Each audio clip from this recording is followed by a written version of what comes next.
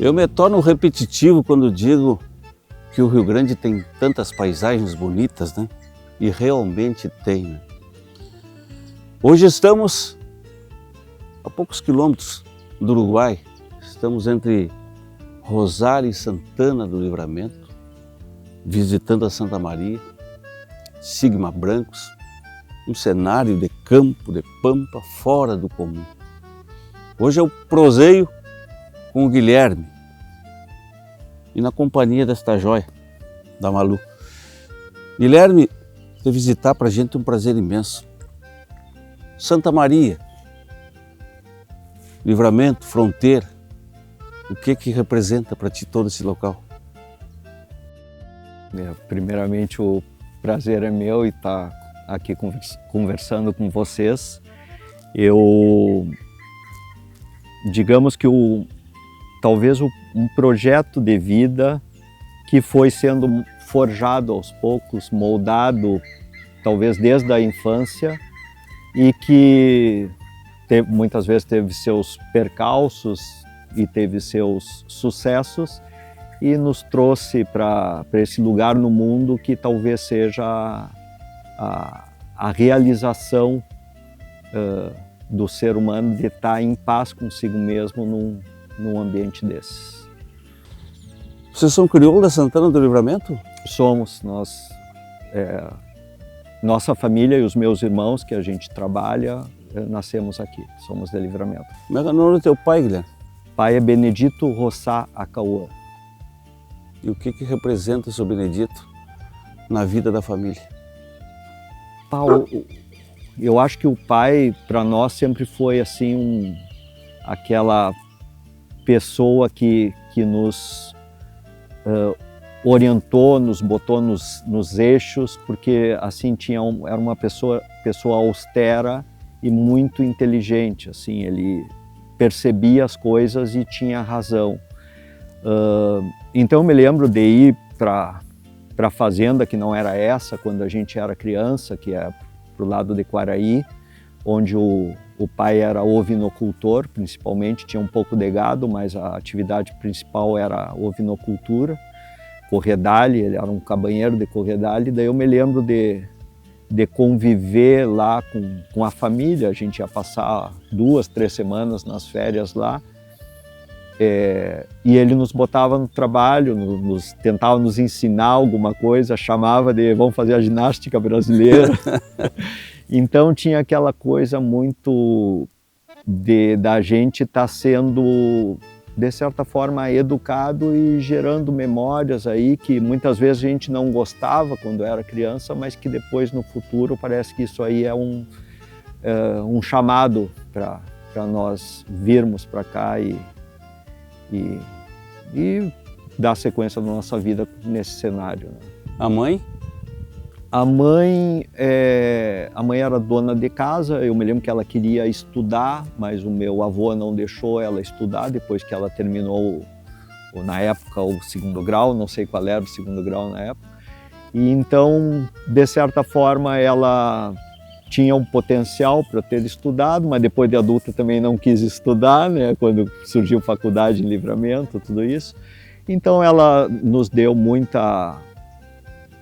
nos acompanhou muito, cuidou da gente, nos orientou, estava muito mais presente do que o meu pai, né? Porque o pai estava para fora trabalhando. E esse exemplo eu nunca vou esquecer, porque hoje também, quando eu estou aqui fora, eu sei que os meus filhos estão na cidade com a mãe deles e a gente, claro, tem contato muito mais assíduo do que antes. Mas esse exemplo de a gente estar aqui trabalhando e eu não vou na cidade, eu durmo aqui na fazenda porque eu quero conversar à noite com o capataz, porque eu quero. Então esse exemplo que para mim foi a minha mãe de convivência, tudo isso eu tenho certeza que a minha esposa também passa para as crianças e a gente está aqui trabalhando e final de semana estamos juntos. Tia Guilherme, é fato, né? O exemplo arrasta e já deu para eu ver que tu é da criação antiga. Tu é do tempo que a mãe cuida dos filhos, né? E na hora do aperto o pai bota todo mundo para trás e vem na frente, né? Isso é caminho, né? É caminho. É impressionante. Agora, a infância norteia para o futuro, né, tia? Eu acredito que tu esteja aqui hoje pela infância. Os primeiros passos, quando a gente dá no campo e quando a gente convive com o pai no campo, isso é para toda a vida, né? Não tem nem que ver que é para toda a vida. Tu pegou o antigo da pecuária, então? Mas eu concordo que desde criança parece que a gente vai percebendo as coisas e a gente flui na gente a vontade de estar no campo. Isso que tu falaste da família te orientando e o pai aparecendo lá de vez em quando para te direcionar para algum caminho é um fato mesmo, é a criação antiga mesmo. O pai era agrônomo, mas ele viveu um momento da pecuária onde tu tinha que fazer bons negócios. Era uma época de inflação, de baixas produtividades, de dificuldade de colocar o teu produto, né? O mercado exigia coisas e não remunerava por qualidade, então tu tinha que pensar mais em volume e em baixar custos de produção. Então o pai, dentro desse sistema aí, como eu falei, ele era da parte de ovinocultura. Quando ele viu também que a ovinocultura, que era um sucesso na família, começou a degringolar ou tinha uma perspectiva que não era muito boa, o pai caiu fora. E aí diminuiu seus investimentos, que eram altos em ovinocultura, e começou a comprar gado ou até comprar campo e aumentar a área de campo. E para tu ter uma ideia, era super valorizado um reprodutor ovino a ponto de comprar assim 50 hectares de campo nessa região aqui. Então era uma conversão muito boa e o pai disse que algo estava errado. Então quando chegou nesse ápice ali, ele achou que era o momento de cair fora. Então, como a minha mãe já tinha uma área aqui que ele também dava uma assessoria e trabalhava, mas ele gostava mesmo de trabalhar na área de basalto. Então ele começou a se envolver de certa forma. O meu avô ainda estava presente aqui, então ele não tinha muito contato com o negócio, mas ele começou a comprar algumas áreas lindeiras com esta propriedade aqui. Então, essa pecuária do meu pai era uma época de talvez juntar dinheiro, fazer bons negócios e imobilizar em algum patrimônio onde tu conseguisse continuar produzindo. Assim, tu fazer uma pastagem era, bem dizer, o custo de tu comprar 1 hectare. Então, a produtividade não justificava. O que justificava justamente a expansão territorial. E, por sorte, o pai tomou essas decisões que, de certa forma, até sacrificam um pouquinho a família, né? Porque daí te falta aquele negócio das férias. De certa forma, o pai foi orientando para que no futuro a família tivesse uma tranquilidade financeira maior. Mas naquele momento ele vivia de fazer esses negócios. E no tempo certo fez. No tempo certo, exatamente. E naquele tempo a resistência de carrapato não era como é hoje, né? Isso, até o principal motivo de se criar ovelha e gado em campos de basalto eram os ectoparasitas, principalmente o carrapato. Mas não era assim um horror o carrapato na época, nos campos de basalto que a gente chama de campos limpos.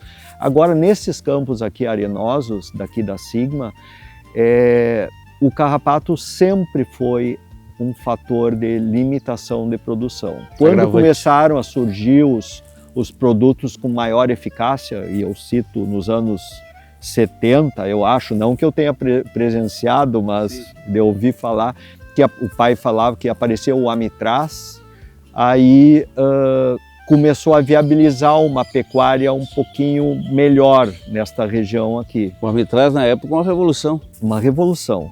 Eu me lembro de criança indo motorista do pai e preparar banho de amitraz. Isso de criança, assim, imagina, eles nos confiavam essa tarefa porque a gente sabia fazer regra de 3, então olhava na régua ali quanto entrava de água, quanto que tinha que entrar de produto e ajudava os campeiros ali no serviço. Já tinha algum contato e alguma atribuição técnica. Desde criança, que eu digo, era 15 anos, 16 anos. E claro, depois quando eu fui para a faculdade, eu fui para Porto Alegre com 17 anos. Tu te forma lá em Porto Alegre? Eu me formei em Porto Alegre, me formei na URGS em agronomia. Agronomia? Isso. Com a cabeça já voltada para a terra também. Mesmo sem o pai ter nos direcionado, não só eu, como os meus irmãos, todos nós tivemos opções profissionais para o lado do campo. E eu te digo, e no fim a gente também era o chamado do campo, mas o chamado do trabalhar em família, do trabalhar em conjunto, porque eu acredito que muitos profissionais seguem carreiras vinculadas ao campo, mas muitas vezes trabalham como autônomos e seguem uma carreira profissional distinta. E eu não, eu me formei e vim para cá para trabalhar como pecuarista. Eu nem diria trabalhar como agrônomo, porque a gente começa a juntar todo o nosso conhecimento para tu ter um negócio, para tu ter uma empreitada, para tu produzir. E tu precisa de auxílio de vários profissionais, mas quando tu sabe um pouquinho mais sobre o assunto, fica mais fácil. Vocês trabalham em conjunto aqui? Isso, o Lourenço e o Paulo, a gente tem uma parceria, então a gente continua. Nós somos sócios hoje, os 3 do nosso negócio, e a gente continua trabalhando junto. Nessa propriedade aqui, onde a gente tem gado de cria e temos a nossa genética, trabalho eu e o Lourenço. O Paulo trabalha nas áreas que a gente tem de basalto, para o lado de Quaraí, e ele engorda lá os terneiros, os novilhos que a gente manda para ele. E a campo nativo lá no basalto. Aqui a gente tem um pouquinho de uma pequena integração com agricultura, com soja, mas temos áreas de pastagens,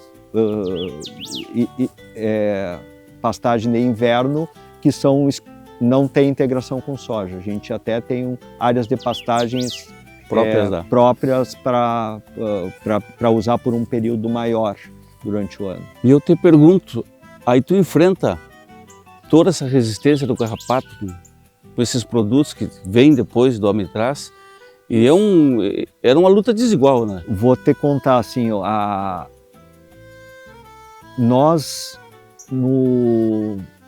quando eu comecei a trabalhar aqui na Santa Maria, que foi no ano 2000, mais ou menos, precisamente no ano 2000, a gente tinha... O amitraz funcionava bem, a maioria dos nossos banhos de imersão eram amitraz. Aqui nessa propriedade a gente tem 3 banheiros. E a gente viu que começou aquela integração com muita ivermectina. A ivermectina começou a ser mais usada. E a gente notou que vinha funcionando bem até um certo período, acho que ali 2010. A partir dali a gente viu que já não era tão eficaz, mas continuava o gado vindo, produzindo, tu controlava, tu tinha mais trabalho, mas tu conseguia controlar. A partir de 2015, bem dizer, eu não sei o que houve, que o controle começou a ter muita resistência. A gente fez alguns biocarrapaticidogramas e realmente a gente, no laudo vinha que estava resistente a alguns produtos. Então, chegou num ponto onde realmente a gente estava perdendo a briga para o carrapato, principalmente aqui na Sigma, que aqui são esses campos mais sujos, que realmente tu tem áreas que é reduto de carrapato, e aí tu, depois de deixar cair, o bicho se multiplica e como os controles eram muito ruins, os produtos que a gente vinha usando, embora fossem protocolos completíssimos que envolvia produto injetável, banho de aspersão ou de imersão e mais o Puron depois para prolongar o tratamento. Então a gente teve muita dificuldade e estava assim naquele ponto que de começar a usar até coisas alternativas. Mandar benzer. Eu usei até um fungo. Um fungo. Era campo, mangueira, mangueira, campo? Olha, a gente era meio obrigado a dar a volta em 28 dias, porque era o manejo que a gente tinha condições de fazer aqui na fazenda. Então, todo gado de 21 a 28 dias voltava para a mangueira para ser tratado e às vezes já com nível de carrapato meio contraproducente. Tempo, dinheiro, envolvimento. E quando entra o Exold 5% na tua propriedade? Melhores índices de prenhez. A gente iniciou, o primeiro protocolo foi no dia que se começou um protocolo de EATF com o Exold. Então o resultado da EATF já foi melhor, o resultado do repasse foi melhor. Então, como era gado de cria, a terneirada se notava que estava melhorzinha também, mas como a gente deixava um pouquinho de carrapato. Então a intenção não era exterminar completamente o carrapato. Era o controle que mas você teve uma boa ideia de que o produto realmente controlava e funcionava. E gado de pelo fino. O gado sempre numa aparência bárbara, sem mosca, sem berne, realmente funcionava. Não quer dizer que o Exold é resultado no campo, então? Impressionante. Eu hoje me sinto mais tranquilo assim com o futuro da nossa pecuária por ter o Exold. Se não tivesse, eu ia estar bem preocupado. Eu cheguei até a questionar se não deveríamos aumentar a área agrícola até por causa do carrapato. Hoje a gente já fica mais tranquilo e sabe que tem como se proteger desse... Porque o bichinho incomoda, né? Ai, barbaridade. Tu sabe que eu converso contigo, Guilherme? Me olha para esse teu boné. Me converso contigo e olho para o teu boné. Que eu quero entender. Sigma Brancos. O que é Sigma Brancos? Me relata, eu sei que é a menina dos teus olhos e dos teus irmãos e da empresa. Sigma Brancos. Sigma, então, é em referência às duas sedes que compõem esta fazenda. A fazenda Sigma é composta pelo Santo Ignácio e a Santa Maria. Então, as iniciais de Ignácio e Maria é que fizeram da Sigma. Eu e o Lourenço, em 2002, tivemos a ideia de começar a marcar um pouquinho o nosso gado, que já estava bem absorvido com brancos, porque a gente era era cliente de touros brancos, e a gente viu também que a padronização era uma boa, começou a ter valorização pelos frigoríficos das questões raciais e de qualidade de carne, e também a gente queria valorizar um pouquinho mais o nosso gado comercial. Então nós começamos a marcar e aí surgiu a Sigma, que entrou no mercado de genética local aqui, começamos a vender com uns parceiros aqui na cidade e foi uma decisão de realmente melhorar o nosso gado para produzir carne, né? E, claro, a gente diminuía custo produzindo touros para nós. A Sigma, ela sempre foi evoluindo conforme o faturamento e o mercado nos dizia para onde a gente tinha que ir. Caminhar. Então a gente nunca botou assim, o projeto Sigma, vamos fazer um leilão para vender 100 touros. Não. A gente foi aos poucos e a gente viu que se a gente ia qualificando um pouquinho melhor os nossos reprodutores, ia acontecendo. Aí o mercado conseguia atingir uma fatia maior do mercado. Então a gente foi aumentando, digamos que lá por 2007, 2008 a gente estava na casa de 30, 40 touros vendidos por ano. Passando de 2010 já fomos crescendo um pouquinho mais. E eu me lembro que em 2014 foi o primeiro ano que a gente rompeu a barreira dos 100 touros vendidos na temporada. Então temos um produto que se adapta bem à propriedade, o pessoal procura o produto porque também vê que o produto tem um acabamento, tem um fenótipo adequado para o que ele quer produzir, é um produto que acopla um pacote tecnológico onde envolve melhoramento genético, ultrassom de carcaça, ou seja, tem um reprodutor para produzir carne. Né? Tia Guilherme, tu sabe que a tecnologia vem atropelando, né? Ela vem atropelando em todos os sentidos. O que tu enxerga para frente da pecuária com tudo que esses adventos que vem chegando no campo? Essa extrativista já ficou para trás, porque hoje quem não se reinventa, quem não busca, né? Que nem vocês estão buscando, acaba parando no tempo. O que tu enxerga da pecuária daqui para frente, com essa novidade que foi o Exodus, trazendo essa revolução nesse mundo aí do combate ao carrapato? O que tu enxerga dela hoje para frente? Olha, eu sempre acho que ser pecuarista a gente não pode desvirtuar muito a nossa atividade, principalmente no Brasil, principalmente nas circunstâncias socioeconômicas e políticas. A gente sempre tem que ter os pés no chão. E ser pecuarista é ser um pouquinho mais desconfiado e mais seguro. Eu acho que essa questão da pecuária, principalmente da pecuária gaúcha, de ser assim, uma atividade de baixo risco ou de risco intermediário é importante. A gente tem que conciliar, obviamente, uma produção aceitável, mas não dá também para tu extravasar em muito os investimentos a ponto de ter uma atividade muito intensiva se tu não tem condições de gerenciar. Eu digo, quem tem uma atividade agrícola que tem condições de ter uma pecuária em altíssima velocidade, eu acho espetacular, mas dificilmente o pecuarista, que é o nosso caso, o pecuarista que, bem dizer, não tem integração com a agricultura, que vive o dia a dia, então tem que ter essa atividade com um risco menor que condiga com a sua capacidade gerencial.